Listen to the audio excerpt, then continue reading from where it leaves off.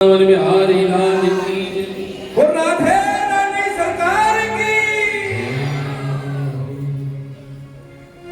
श्रीमद् भागवत महापुराण प्रभु का वाङ्मय स्वरूप है।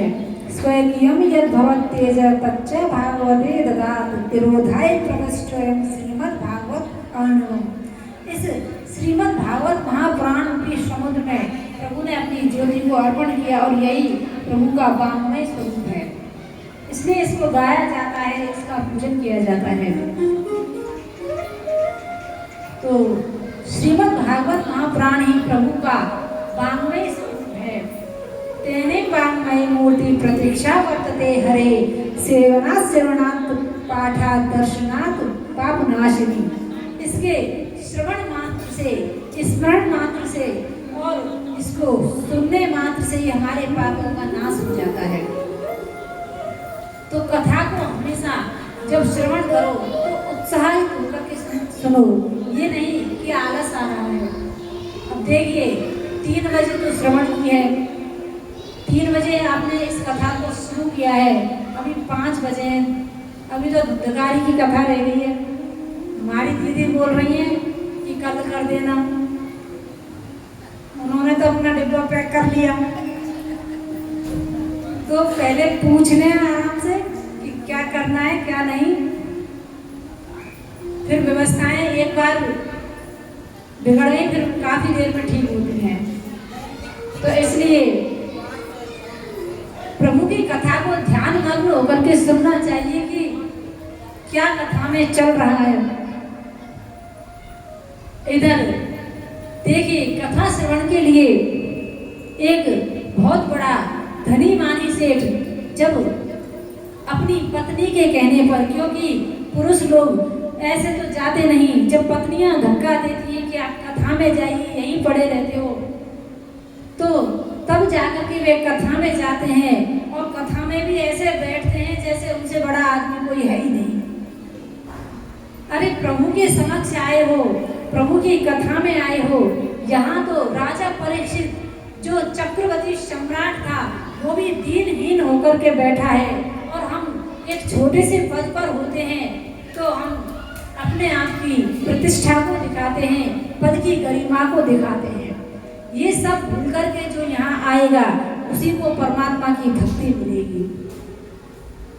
तो एक सेठ पत्नी के कहने पर कथा में जाता है और कथा में सभी लोग जो व्यवस्थापक थे वो कह रहे थे कि आइए आइए बैठिए, और बस उसने यही 2 शब्द श्रवण किए, आइए बैठिए, और उसने कथा में, क्योंकि कथा अभी शुरू नहीं हुई थी, कथा में आकर एक कोने में कुर्सी डाली और सो गया। अब कथा जब विश्राम हुई सभी चले गए और वो वहां से बस सो रहे हैं। उनकी इतनी गहरी निद्रा हो गई कि उनको यही भान नहीं रहा कि कथा में से सभी लोग चले गए। जो दरी उठाने वाला था वह इंतजार करने लगा ये कब उठेगा, तो उसने धक्का दिया, अरे कि महाराज कथा हो गई है, क्या कर रहे हो कि जाइए।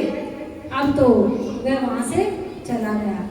जब घर पर गया तो पत्नी ने पूछा कि आज कथा में आपने क्या श्रवण किया, तो कहा कि अरे वहां तो कुछ भी नहीं सुनाया, बस मैंने तो 3 शब्द सुने, आइए बैठिए और जाइए। इसके अलावा क्या हुआ क्या कहा मुझे कुछ नहीं पता। उसने ये नहीं कहा कि मैं जाते ही सो गया था। तो इस प्रकार पत्नी ने कहा कि बड़ी मुश्किल से कहने पर धक्का मारकर तो ये कथा में गए, और यदि इनसे कह दिया कथा के बारे में कुछ या इनके बारे में लड़ी कि आपने बस यही सुना और कुछ नहीं सुना, तो ये अगले दिन कथा में नहीं जाएगा। तो इसलिए उसकी पत्नी ने कहा कि देखो आज से तुम्हारा यही मंत्र है, आइए बैठिए और जाइए। कहा कि इसी मंत्र को जपते रहो, इसी से तुम्हें भगवान मिल जाएंगे। अब तो रात्रि में जब वह शयन कर रहा था, सो रहा था, क्योंकि नींद तो वह पूरी कथा में करके आया था, नींद उसको आ नहीं रही थी, बस इसी को जपे जा रहा था, आइए बैठिए जाइए। जब इस प्रकार में बोल रहा था तो उसके घर में आए चोर। अब चोर जैसे ही घर में घुसता है चोरी करने के लिए तो उसने कहा आइए। अरे कि इसको तो पता चल गया कि मैं आ गया। फिर वह कहता है बैठिए, कि अरे ये तो बैठने के लिए भी बोल रहा है, इसका मतलब इसको पक्का पता चल गया कि मैं चोर ही हूँ। फिर थोड़ी देर बाद जब उसने सामान बटोरा तो कहा कि जाइए। अरे जैसे ही वह जाने लगा तो उसके पैर की ठोकर लगी और वह ठोकर से गिरा। उसी के चरणों में जाकर, सेठ के चरणों में जाकर जब गिरा है तो कहा कि अरे भाई तुम हो कौन? कहा कि अरे आपको सब पता है फिर भी आप हमसे पूछ रहे हो। कहा कि मुझे क्या पता? अरे आपने ही तो कहा जब मैं इस घर में चोरी करने के लिए घुसा तो आपने कहा कि आइए बैठिए, और जब सामान बटोर के जाने लगा तो कहा कि जाइए। अब तो उसके दिमाग में लगा कि अरे ये मंत्र तो बड़ी जल्दी सिद्ध हो गया, ये तो बहुत अच्छा मंत्र है कि चोरी होने से बच गई घर में। तो चोर तो वहां से सामान छोड़कर चला जाता है। इधर वह रात्रि की घटना अपनी पत्नी को सुनाता है कि ऐसे ऐसे हुआ। कहते हैं कि कथा में आप जब जाते हो, सत्संग में जब आते हो तो कोई भी बात व्यर्थ नहीं होती। जो भी आप सुनो वह कहीं ना कहीं काम आ ही जाती है। तो इसका मतलब ये नहीं कथा में आकर सो जाओ। तो भगवान की इस प्रेममयी कथा को हमें श्रवण करना चाहिए। और देखिए जब श्रीमद् भागवत महापुराण में उस तेज को समर्पित किया है तो कहा कि अब यही मेरा स्वरूप है, इसी की आप पूजा करें। इस प्रकार सनकादिक ऋषियों ने श्रीमद् भागवत महापुराण की जैसे ही ये महिमा गाई तो भक्ति देवी वृंदावन से अपने पुत्रों के साथ में हरिद्वार पहुंच गई और कीर्तन करने लगी। भक्ति सुताओ तो तरणा गृहीत्वा प्रेमे करूपा सहसा विराजित श्री कृष्ण गोविंद हरे मुरारे नाथे नामानि मोर वदन्ति नाथेति नामानि मोर वदन्ति। भक्ति देवी अपने दोनों पुत्रों के साथ में श्री कृष्ण गोविंद हरे मुरारी हे नाथ नारायण वासुदेवा इस कीर्तन को करते हुए कथा में जब जाती हैं और जब नृत्य करती हुई जा रही थी और कथा के बीच में उन्होंने जब प्रवेश किया तो सभी ने कहा कि अरे ये पागल स्त्री कौन है जो कथा में व्यवधान पैदा कर रही है, इसे रोको। तब सनकादिक ऋषियों ने कहा कि अरे इनको रोको नहीं, जिसके निमित्त यह कथा की जा रही है ये वही है, क्योंकि नारद जी यजमान बने थे और भक्ति ज्ञान वैराग्य के लिए वे हरिद्वार में कथा का पान कर रहे थे। कई लोग कहते हैं कि अरे हम तो श्रीमद् भागवत महापुराण का पाठ या कथा जो भी है आयोजन हम अपने घर में कराना चाहते हैं। अब आप बताइए इतना बड़ा आयोजन किसी घर में हो सकता है? अरे ये तो विस्तृत स्थान में ही हो सकता है जहाँ खूब जगह हो, कोई भी आए और कोई भी जाए, क्योंकि जिसके निमित्त जहाँ कथा हो रही है वो उसी को मिलती है।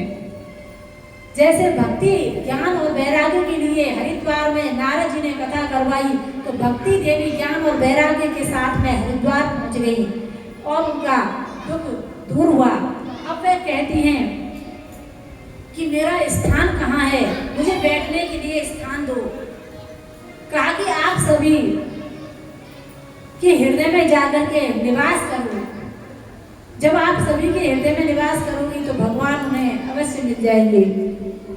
भक्ति देवी सभी के हृदय में विराजित होती है और नारद जी कहते हैं कि इस श्रीमद् भागवत महापुराण को जिसने सुना उसका कल्याण हुआ है। और इधर भक्ति देवी बड़े प्रेम से इस कथा को जब श्रवण करती हैं तो उनका दुख दूर हो जाता है। कहते हैं जो लोग रोज पाप करते हैं, पाप में रत रहते हैं, वो भी यदि चलते फिरते इस श्रीमद् भागवत महापुराण को श्रवण कर लें, उनका भी उद्धार हो जाए। ये मानवा पाप कृतस्तु सर्वदा सदा दुराचाररता विमार्गः क्रोधाग्निदग्धः कुटिलश्च कामिनः सप्तः यज्ञेन कलो पुनन्ति ते सप्तः यज्ञेन कलो पुनन्ति ते। ये जो श्रीमद् भागवत महापुराण है, इसको यदि पापी व्यक्ति भी सुनता है उसका भी उद्धार हो जाता है। जो सर्वदा दुराचारी है, पापाचारी है, वह भी यदि चलते फिरते श्रीमद् भागवत महापुराण को श्रवण कर ले तो उसका उद्धार हो जाए। जो क्रोध अग्नि में जल रहा है, जो कुटिल है, कामी है, वह जैसा भी व्यक्ति है, प्रभु के इस श्रीमद् भागवत महापुराण का जब श्रवण करता है तो उसका वह सारा दुख, सारी आदि व्याधि और सारे रोग मिट जाते हैं। तो ऐसे श्रीमद् भागवत महापुराण को हम वंदन करते हैं। बोलिए श्रीमद् भागवत महापुराण की जय हो। तो नारद जी कहते हैं कि इससे किसी का उद्धार हुआ है? तो नारद जी के कहने पर सनकादिक ऋषि कहते हैं कि क्यों नहीं हुआ? अरे ऐसे ऐसे पापियों का उद्धार हुआ है। तब उन्होंने एक कथा सुनाई है। तुंगभद्रे तटा, जब तुंगभद्रा तट पर एक ब्राह्मण आत्म देव जब निवास करते हैं, क्योंकि आत्मदेव कोई छोटे मोटे ब्राह्मण नहीं, वह तेजस्वी ब्राह्मण हैं और शास्त्रों में पूर्ण है। आत्मदेव है पुरे तस्मिन् सर्व वेद विशारद है, श्री श्रोत स्मार्तिषु निष्णातो दित्य एवं भास्कर है। अर्थात देखने में दूसरा सूर्य है, इतना ज्ञानवान व्यक्ति है और फिर भी वह निराश है। क्यों? क्योंकि उसके कोई संतान नहीं है। जब भी वह कहीं जाता है तो सब कहते हैं कि अरे ये तो निसंतान है, इसका मुख नहीं देखना चाहिए। अनेकों बातें संसार की। संसारी जन संसार में जो भक्त रहता है उसको अपनी ही नजर से देखता है। अरे भगवान उसे किस भाव से इस संसार में रखना चाहते हैं वो तो प्रभु ही जानते हैं, लेकिन भक्त भी कभी कभी डगमगा जाते हैं। जब इतनी सारी बातें वे सुनते थे तो अब है इस डर से कि अरे मेरा तो कोई पुत्र नहीं है, कोई संतान नहीं है, मुझे जीने का अधिकार ही नहीं है, कोई मेरा मुख तक नहीं देखता। तो वह जब आत्महत्या करने के लिए जाते हैं तो उधर से एक संत निकलते हैं। वह संत उन्हें देख लेते हैं कि ये दुखी है और ये अपने शरीर को त्यागने वाला है। तब उन संत ने कहा, कथम रोदसी विप्र तुम काते चिंता वरियसी वदतुम तरम मह्यम स्वस्थ दुख से कारणम। हे ब्राह्मण देवता, क्या कारण है तुम्हारे दुख का? इतने दुखी क्यों हो? तुम अपने दुख का कारण मुझे बताओ। कहा कि अरे ये बच्चे बहुत आवाज कर रहे हैं।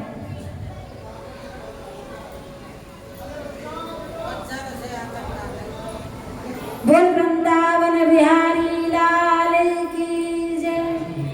जिसके भी आसपास आवाज करें उनको टोक दिया करो। तो ब्राह्मण देवता, आप दुखी क्यों हो? कहा कि अरे मेरे कोई संतान नहीं है, आप मुझे ऐसा वरदान दो कि मुझे संतान प्राप्त हो जाए। जब ये कही तो उस संत ने उसके मस्तक की रेखा देखी और वह और दुखी हो गए। संत ने कहा कि देखो, जिस चीज के लिए यह आया है, यह चीज तो इसको 7 जन्म में भी नहीं मिलने वाली। तब बार बार वे कहते हैं कि अरे सभी मुझसे कहते हैं कि इसके संतान नहीं है, इसका मुख नहीं देखना चाहिए, और ना तो मेरे घर की आंगन की जो तुलसी है वह हरी होती है, ना मेरे गाय जो है उसने भी कोई बछड़ा नहीं दिया, इसलिए मैं बहुत कारणों से दुखी हूँ और मैं इस संसार से अब जाना चाहता हूँ। तो महात्मा अनेकों प्रकार से समझाते हैं कि अरे आप किस चक्कर में पड़े हो, संतान नहीं है तो छोड़िए, भगवान का भजन कीजिए, संसारी तो ऐसे ही बातें करते रहते हैं। कहा कि नहीं, मुझे तो आप संतान दीजिए। तब वो महात्मा कहते हैं कि देखो, संतान यदि आप चाहते हो, यदि वह संतान आपके काम आए, आपके सुख दुख का साथी हो तो वह संतान है। यदि वह आपके काम ना है तो ऐसी संतान पाकर आप क्या करोगे जो आपका नाम ही डुबा दे। जननी जने तो पुत्र जने, कै दाता कै सूर, नायक जननी बांझ रहे, क्यों व्यर्थ गवायो नूर। अरे क्यों व्यर्थ में ही आप परेशान हो रहे हो संतान के लिए। कहा कि नहीं महात्मा, आप तो मुझे संतान दीजिए। अब तो बार बार जब कहते हैं तो वह महात्मा कहते हैं, शृणु विप्र मयाते यद्य प्रारब्धम तो विलोकितम, सप्त जन्मावधीताव पुत्रो नैव च नैव च। ये ब्राह्मण देवता पुत्र पुत्र पुत्र कर रहे हो। अरे आपके मस्तक की रेखा तो बता रही है कि आपके जीवन में तो क्या, इस जीवन में तो क्या 7 जन्म तक आपके कोई संतान की उपलब्धि ही नहीं है, योग ही नहीं है संतान का। अब तो वह और लिपट गया महात्मा से। कहा कि जब आप 7 जन्मों की बता सकते हैं तो आप मुझे संतान भी दे सकते हैं। देखिए, हम किसी ने जब हमारी कोई इच्छा पूर्ण नहीं होती तो हम भगवान के पीछे लगते हैं, संतों के पीछे लगते हैं कि ये इच्छा कैसे भी करके पूर्ण हो जाए।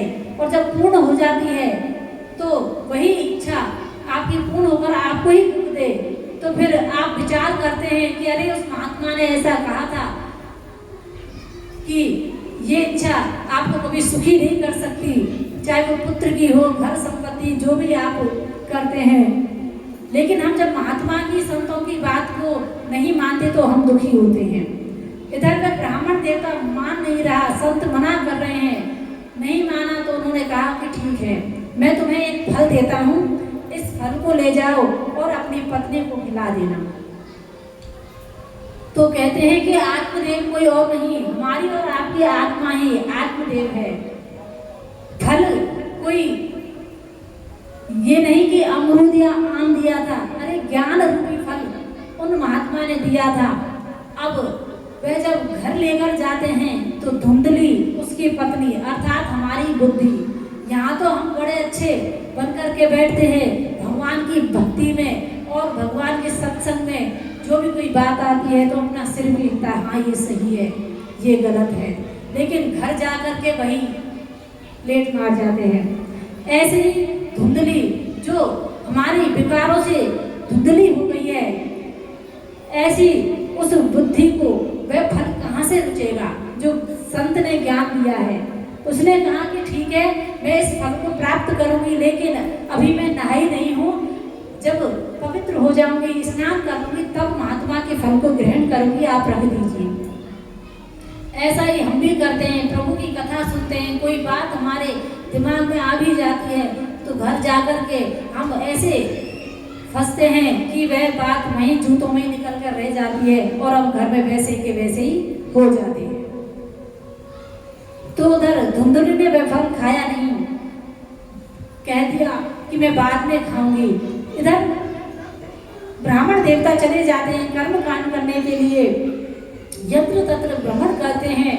इधर उसने वह फल खाया नहीं, अपनी पड़ोसन के यहाँ जाती है और उससे कहती है कि देखो पता नहीं कहाँ से ये अला बला उठा कर के लिए आए हैं। कहते हैं कि इस फल को जब खाओगी तो तुम गर्भिणी हो जाओगी और हमारे घर में भी किलकारियाँ गूंजेंगी, पुत्र की प्राप्ति होगी। कहा कि मैं तो इस फल को नहीं खाऊंगी, अरे इस फल को यदि मैंने खाया तो मेरी तो सुंदरता ही चली जाएगी। और संत ने कहा है कि सत्यम सोचम दया दानम एक भक्तम तु भोजनम वर्षा अवधि स्त्रिया कार्यम तेन पुत्राति निर्मलः। अर्थात सत्य का पालन करना होगा, पवित्रता से रहना होगा, दया के भाव से रहना होगा, दान करना होगा और एक टाइम भोजन करना होगा। इतने सारी आदत कौन करे? मैं तो बिना पुत्र के ही ठीक हूँ। इसलिए कहा कि मैं तो इस फल को नहीं खाऊंगी। पड़ोसन कहती है भैया तेरी मर्जी, तू जो करे सो कर। वो वहाँ से चली जाती है। वहाँ उसकी बहन आती है, वो कहती है कि देखो तुम्हारे यहाँ संपत्ति है, धन है, कोई कमी नहीं, लेकिन मेरे यहाँ धन संपत्ति की कमी है। पुत्र तो मेरे बहुत हैं, लेकिन मेरे पास धन नहीं है। अब मेरे गर्भ में जो बच्चा आएगा मैं उसे तुम्हें दे दूंगी और तुम मुझे कुछ धन दे देना। तो इस प्रकार दोनों में वार्ता हुई। वह अपने पति देव को मूर्ख बनाने लगी और जब 9 महीने पूर्ण हुए तो उसने उस बच्चे को ला करके अपनी उस बहन को दे दिया और धन लेकर चली गई। इधर उसने अपने पति से कहा कि मैंने पुत्र रत्न की प्राप्ति की है। अब तो ब्राह्मण देवता बहुत खुश हुए और जब खुश हुए तो उसने कहा कि मेरा बेटा अर्थात मेरा नाम है आत्मदेव, तो मैं अपने बेटे का नाम रखूंगा परमात्मा देव। इस प्रकार जब कहा तो कहते हैं कि नहीं, मैं आपके नाम पर इसका नाम नहीं रखूंगी। अरे 9 महीने मैंने इसे कोख में रखा है, इसलिए मैं अपने नाम पर इसका नाम रखूंगी। तो देवी तुम ही रख लो। उस देवता ने सोचा कहीं रंग में भंग ना हो जाए, इसलिए इसकी इच्छा ही पूर्ण हो जाए। कहा कि मेरा नाम धुंधली है तो मेरे बेटे का नाम है धुंधकारी। कहा कि देवी बहुत अच्छा नाम सोचा है। अब तो आत्मदेव को लगा कि चलो कैसा भी है, नाम से क्या है, मेरा पुत्र तो हुआ, कम से कम ये बांझ तो नहीं है। अब तो क्योंकि जैसा नाम वैसे कार्य। इधर धुंधकारी समय आने पर जब बड़ा होने लगा, अब वो जो फल है वो गाय को डाल दिया था और ठीक 11 महीने में गाय ने भी एक बछड़े को जन्म दिया। और जब गाय ने बछड़े को जन्म दिया तो वह भी, जब गाय ने बछड़े को जन्म दिया तो वह एक ऐसा बछड़ा नहीं था जो अन्य गायों का होता है। उसका पूरा शरीर मनुष्य जैसा था और कान गौ के समान थे, क्योंकि वह ब्राह्मण के ज्ञान से अर्थात फल से प्रकट हुआ था।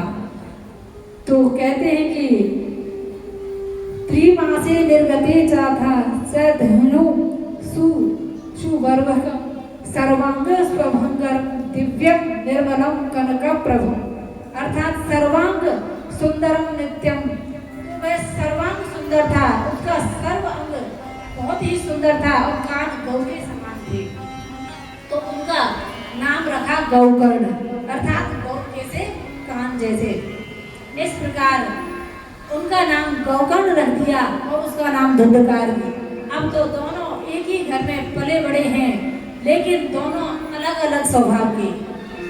एक तो उल्टे मार्ग पर चलता है और एक सीधे मार्ग पर अर्थात प्रभु के मार्ग पर। एक प्रभु का भक्त हुआ और एक अभक्त हुआ। वह छोटे छोटे बच्चों को पकड़ता और कुएं में डाल देता और कहते हैं कि स्मशान में जाता और जो पिंडदान करते हैं उस आटे की ही रोटी बनाकर खा लेता। अर्थात इस तरीके का उसका स्वभाव था। अनेकों कामी, क्रोधी, लोभी, लालची सब उसमें था। तो इस प्रकार एक महात्मा हुआ और एक दुरात्मा हुआ। एक ही बाप के बेटे हैं, फिर भी कितना अंतर है। इस प्रकार जब उसके कर्मों से परेशान हो गई धुंधली तो वह कहती है कि अरे इससे अच्छा तो मैं बांझ ही बनी थी। अब वह खुद ही अपने किए हुए पर पछता रही है। तो कहा कि बेटा प्रभु ने तो दिया, लेकिन ये भी ऐसा। तो कहते हैं कि हमेशा हमें भगवान की कथाएं, प्रभु की कथाएं अपने बच्चों को श्रवण करानी चाहिए, ताकि उनके अंदर भी वो भाव आए। अरे कुछ ना कर सके तो कम से कम आपकी सेवा ही कर लें, आपकी बात ही मान जाए। इतना तो वो कर लें। यदि वे प्रभु की चरित्र नहीं सुनेंगे, उनकी कथाएं नहीं सुनेंगे, तो उनके अंदर दया भाव कहाँ से आएगा। तो इसलिए हमें अपने बच्चों को कथा में लेकर आना चाहिए। अब जब वह धुंधकारी का आतंक जब बढ़ने लगा, तो पिता ने सोची कि अरे ये कहाँ का बालक हो गया, मैं तो बिना संतान के ही ठीक था। महात्मा सही कह रहे थे कि अरे तेरे भाग्य में तो 7 जन्मों तक पुत्र नहीं है, लेकिन मैंने उनकी एक बात नहीं मानी। तब वे गोकर्ण जी के पास जाते हैं, तो गोकर्ण जी कहते हैं पिताजी, महात्मा ने मना किया था, फिर भी आपने जबरदस्ती की, तो आपको ही भोगना पड़ेगा। जब इस प्रकार कहा तो गोकर्ण जी ने अपने पिता को समझाया, पिताजी ये जो शरीर है हाड़ मांस का पिंड है, कब खत्म हो जाए कुछ पता नहीं। तो अपने पिता को समझाते हुए वे कहते हैं, देहे अस्ति मांस रुधिरे अभिमते त्यज्य त्वं जाया सतारिषु सदा ममतां विमुञ्चः पश्यानिशं जगदिदं क्षणभङ्गनिष्ठं वैराग्यरागरसिको भवभक्तिनिष्ठः वैराग्यरागरसिको भवभक्तिनिष्ठः। हे पिताजी, ये जो शरीर है, देह अस्थि मांस पेट रक्त सब भरा पड़ा है, ये गंदगी का डिब्बा है। अरे यदि इससे बंदगी नहीं की, प्रभु की भक्ति नहीं की, तो ये व्यर्थ ही है। इसलिए आप प्रभु का भजन कीजिए और वैराग्य धारण कीजिए और जंगल में निकल जाइए। इस प्रकार अपने पिता से कहते हैं और कहते हैं कि यदि ये भी नहीं आपसे होता तो आप धर्मं भजस्व सततं त्यज लोक धर्मान् सेवस्य साधु पुरुषान् जय काम तृष्णाम् अन्यस्य दोष गुण चिन्तनमासमुक्त्वा सेवा कथा रसमहो नितरां पिबत्वं सेवा कथा रसमहो नितरां पिबत्वं। हे पिताजी, आप अपने लौकिक धर्म को छोड़ करके प्रभु के हो जाइए, साधु संतों की सेवा कीजिए और अपने इस देह को, अपने इस शरीर का कल्याण कीजिए। दूसरों में दोष देखना, गुण देखना सब बंद कर दीजिए। इस प्रकार जब कहा तो धुंधकारी इतना बड़ा दुष्ट था और गोकर्ण जी इतने बड़े महात्मा हुए कि उन्होंने अपने पिता को ही ज्ञान दे दिया। अब वे श्रीमद् भागवत महापुराण को अपने सिर पर रख करके जंगल की ओर चले गए और 11 स्कंद का पाठ करते करते अपने कल्याण कर लिया। इधर धुंधकारी अपनी माँ को ही अब पीटने लगा, कहा कि अरे मुझे धन दो। उसकी माँ बोली, सारा धन तो तूने बेच खाया, मैं तुझको कहाँ से धन ला कर दूँ। तो उसने अपनी माँ को जलती हुई लकड़ियों से मारा है और उससे परेशान होकर के वह रात्रि में घर से निकल जाती है और अंधकूप में जाकर के अपनी जान दे देती है। तो अपने ही पुत्र से परेशान होकर के उसने अंधकूप में जाकर के जब अपने प्राण त्यागे तो वह स्वतंत्र हो गया। अब वह अपने मनमानी करने लगा, पहले भी करता था लेकिन अब और स्वतंत्र हो गया।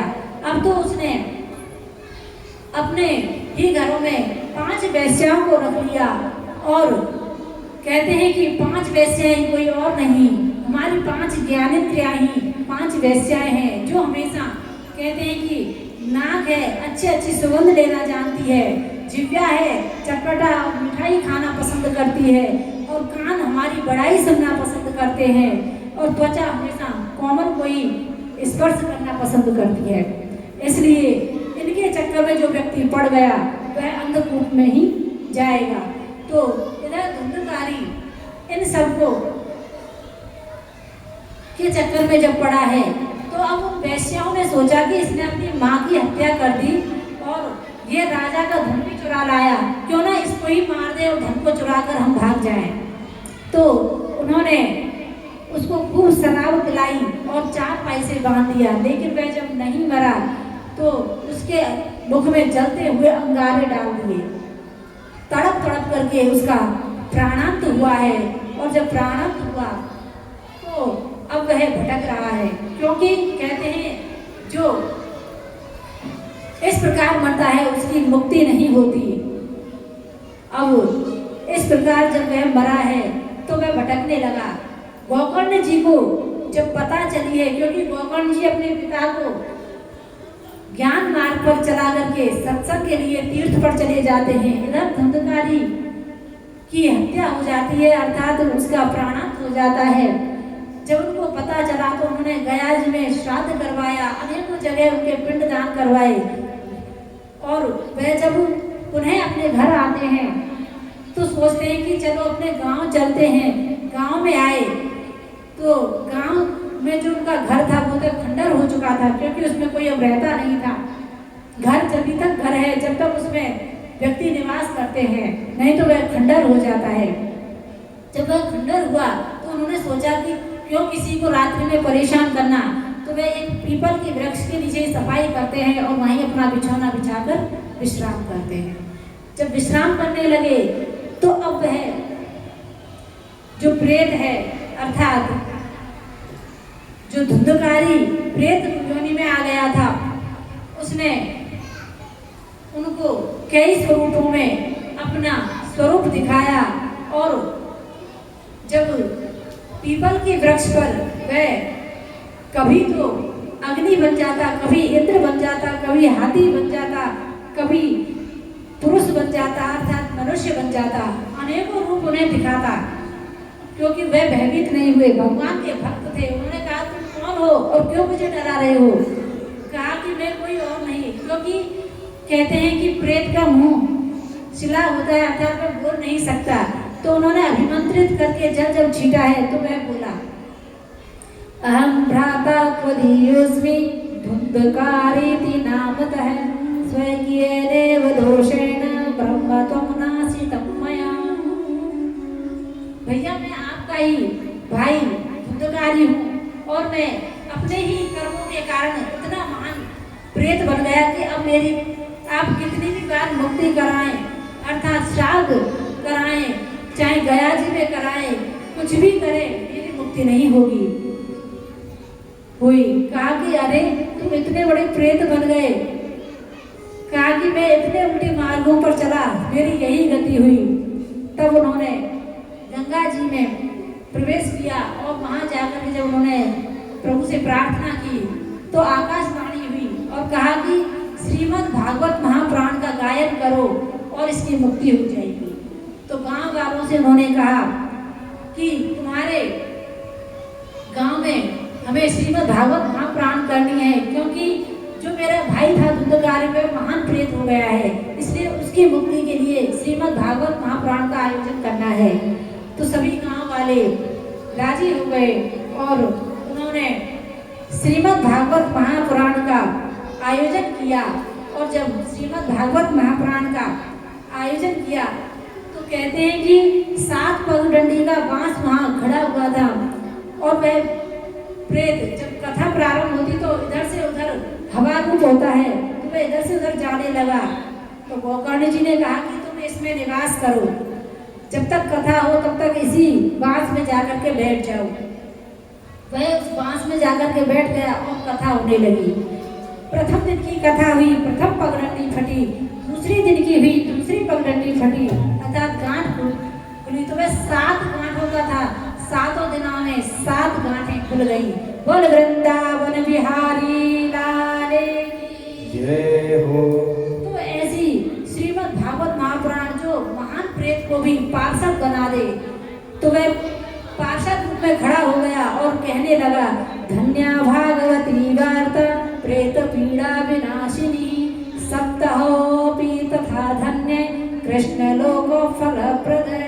धन्य है श्रीमद् भागवत महापुराण की कथा, जो मेरे जैसे महान प्रेत का भी उद्धार कर दिया और उन्हें पार्षद लेकर के चले जाते हैं। अर्थात अब धुंधकारी नहीं रहा, वह पार्षद हो गया, उसे प्रभु के पार्षद लेकर के चले जाते हैं। और अब गोकर्ण जी ने कहा कि अरे धुंधकारी के लिए ही विमान क्यों आया, हमारे लिए क्यों नहीं आया? हम सबने भी तो कथा सुनी है, मैंने कही है, हमारे लिए तो विमान नहीं आया। कहा कि तुमने चिंतन नहीं किया, मनन नहीं किया, क्योंकि जो चिंतन मनन करता है उसी को प्रभु मिलते हैं। इसने 7 दिन एक ही जगह पर ठहर करके कथा सुनी, चिंतन किया, मनन किया, तो उसकी मुक्ति हो गई। और हम कथा सुनकर घर चले जाते, भूल जाते, फिर वही काम धंधा, इसलिए हमारी मुक्ति नहीं हुई। कहा कि दोबारा आयोजन करो और फिर हम तन मन से इस कथा को सुनेंगे और हमारी भी मुक्ति होगी। तब पुनः कथा का आयोजन हुआ और तब सभी ने कहते हैं कि अत्रेवो वह वैशंति श्रोतारो मम निर्मलः आनीतानि विमानानि न तेषां यत्तत्कुतः। तो कहते हैं कि ये जो श्रीमद् भागवत महापुराण की जो कथा है वह सभी ने बड़े प्रेम से श्रवण की और मनन किया। श्रवणस्य विभेदेन फलभेदो अत्र संस्थितः श्रवणं तु कृतं सर्वैः तथा मननं कृतं फलभेदोस्ततो जातो भजनादपि मानदः। क्योंकि जब उन्होंने मनन नहीं किया, चिंतन नहीं किया, और अब उन्होंने जब पुनः कथा श्रवण करी है तो उन्होंने चिंतन भी किया, मनन भी किया। फिर जैसे अयोध्या में प्रभु राम पूरी अयोध्या को लेकर के साकेत धाम जाते हैं, ऐसे गोकर्ण जी भी अपने पूरे गांव को लेकर के प्रभु के धाम जाते हैं। देखिए 2 भाई हैं, एक ही घर में पले बड़े हैं, लेकिन एक प्रभु का भक्त है और एक दुराचारी है। तो ये नहीं कि उसका भाई है या उसकी बहन है तो उससे हम अंदाजा लगाएं, क्योंकि जो जैसा करेगा वैसा ही भरेगा, जो जैसी भक्ति करेगा उसको वैसे ही प्रभु मिलेंगे। तो इस प्रकार धुंधकारी की मुक्ति होती है। और धुंधकारी की जब मुक्ति हुई, कहते हैं कि आधी घड़ी भी यदि सत्संग कर लिया तो प्रभु अवश्य मिल जाएंगे, लेकिन सुनने का तरीका हमें बदलना होगा। सबसे पहले आसन जीतना चाहिए, उसका ध्यान करना चाहिए। एक घड़ी आधी घड़ी आधी में पुण्याद तुलसी संगत साधु की हरे कोट अपराध। आधी से भी आधी घड़ी में यदि आपने मन लगा करके श्रवण कर लिया तो आपकी मुक्ति अवश्य हो जाएगी। तो इस प्रकार प्रभु की भक्ति कीजिए और श्रीमद् भागवत महापुराण का गायन करके धुंधकारी जैसे प्रेत का उद्धार हो गया, तो हम भी यदि प्रभु की भगवान की कथा को श्रवण करेंगे तो हमारा भी अवश्य उद्धार होगा। फिर कथा के नियम बताए कि किस प्रकार से कथा को सुनना चाहिए। तो कहते हैं कि कलिकाल है, जैसा आपका भाव हो आप श्रवण करें। नियमों में यदि आप बंधोगे तो आप नहीं कर पाओगे, क्योंकि इतने नियम हैं, आप एक नियम भी करोगे तो दूसरा नहीं कर पाओगे। इसलिए आप उसको श्रवण कीजिए, इतना करिए कि कथा में आलस ना आए और प्रभु की कथा को आप प्रेम से श्रवण कर सकें। तो इस प्रकार श्रीमद् भागवत महापुराण श्रवण कराई। और कहते हैं कि श्रीमद् भागवत महापुराण जब संकालिक ऋषियों ने श्रवण कराई तो वहां पर भक्त मंडली एकत्रित होती है। और इस भक्त मंडली में ऐसे ऐसे भक्त आते हैं प्रकट होकर के, क्योंकि भगवान की कथा का सुख ना तो स्वर्ग में है, स्वर्गे सत्य च कैलासे वैकुंठे नास्त्ययं रसः अतः पिबन्तु सद्भाग्य मामुच्चैकरैचिता। अर्थात ना ये सुख स्वर्ग में है, सत्य लोक में है, कैलाश में है, ना ही वैकुंठ में है। भगवान की कथा का आनंद तो आप इसी मृत्यु लोक में ले सकते हैं। तो इस कथा की महिमा को, कथा को श्रवण करके सभी भक्त मंडली कथा में प्रकट होती है। प्रहलादस्तालधारी तरल गतितया च उद्धव कांस्यधारी वीणाधारी सुरऋषि स्वर कुशलतया राग करतार्जनो भूतः इंद्रो वादि मृदंग जय जय सुकरा कीर्तने ते कुमार यत्राग्रे भाववक्ता सरस रचनया व्यास पुत्रो बभूव। इस कीर्तन में अनेकों भक्त प्रकट हुए। प्रहलाद जी ताली बजाने लगे, उद्धव जी कांस बजाने लगे, नारद जी वीणा बजाने लगे और अर्जुन राग आलापने लगे, इंद्र मृदंग बजाने लगा और व्यास जी के पुत्र श्री सुखदेवी इस कीर्तन में नाचने लगे। तो इस प्रकार श्रीमद् भागवत महापुराण के श्रवण मात्र से ही प्रेत का उद्धार हो गया। राजा परीक्षित जी का उद्धार हुआ। थोड़ी देर और है माता जी, कहाँ जा रही हो? 2-5 मिनट और रुक जाइए, आपकी वजह से तो जल्दी जल्दी कर रहे हैं। बोल वृंदावन बिहारी लाल की जय हो। तो इस प्रकार राजा परीक्षित ने कहा कि ये संसार असार है, इसको छोड़ करके प्रभु की भक्ति कीजिए। तो हमें भी राजा परीक्षित जी की तरह श्रीमद् भागवत महापुराण को श्रवण करना चाहिए, जिन्होंने 7 दिन कथा को श्रवण किया और उन्होंने जल भी ग्रहण नहीं किया, लेकिन हम 4 घंटे चैन से बैठ नहीं पाते।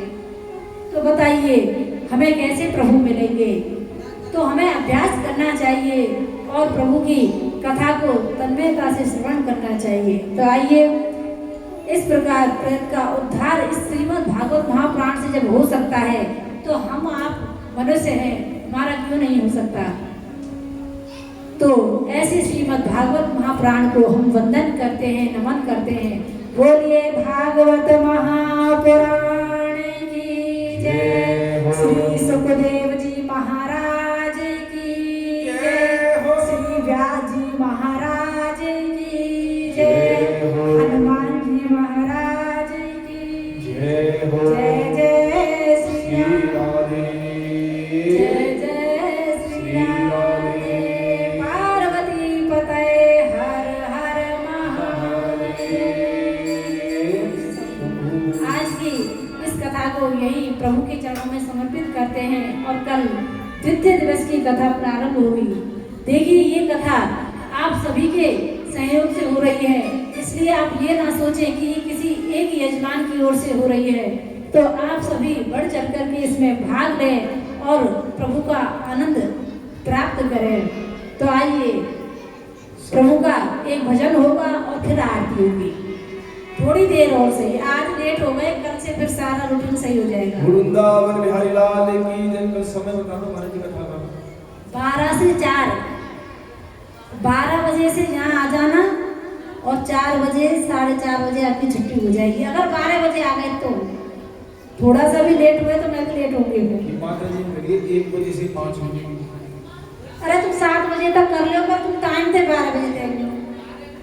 मैं यहाँ कह रही हूँ 12 बजे आइयो, चाहे 7 बजे जाइयो, 8 बजे जाइयो, तुम्हारी इच्छा है। बोल वृंदावन बिहारी लाल की जय।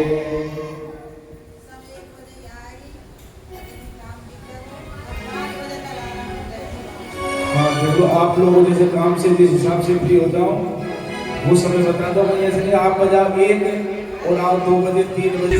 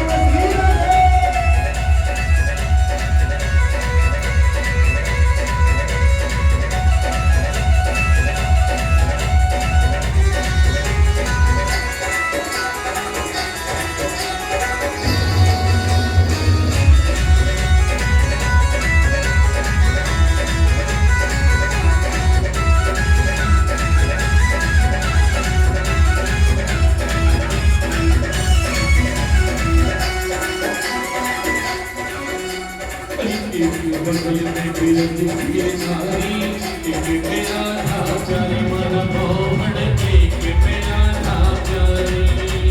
एक बगल में बिरज की नारी, एक में राधा प्यारी मारा मोहन, एक में राधा प्यारे। एक बगल में बिरज की नारी, एक मेरा था प्यारी मन मोहन, एक मेरा था प्यारी। एक बगल में बिरज की नारी, एक में राधा प्यारी मारा मोहन, एक में राधा प्यारे। अरे डाल डाल में पंछी बोले,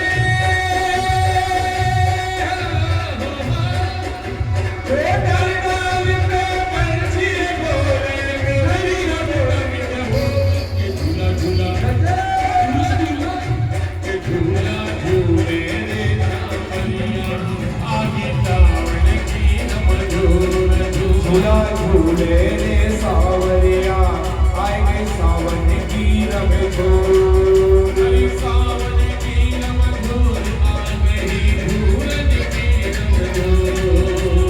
ओ सावन की रमझोर आ गई, झूलन की रमझोर। झूला झूला झूला झूला झूले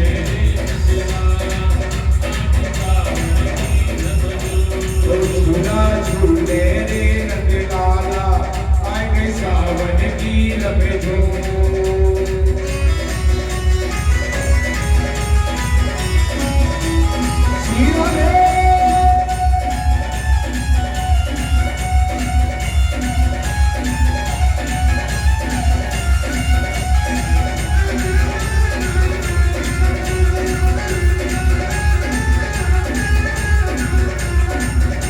वो झूला तो पड़े रहे अम्बुआ की डाल पे गे।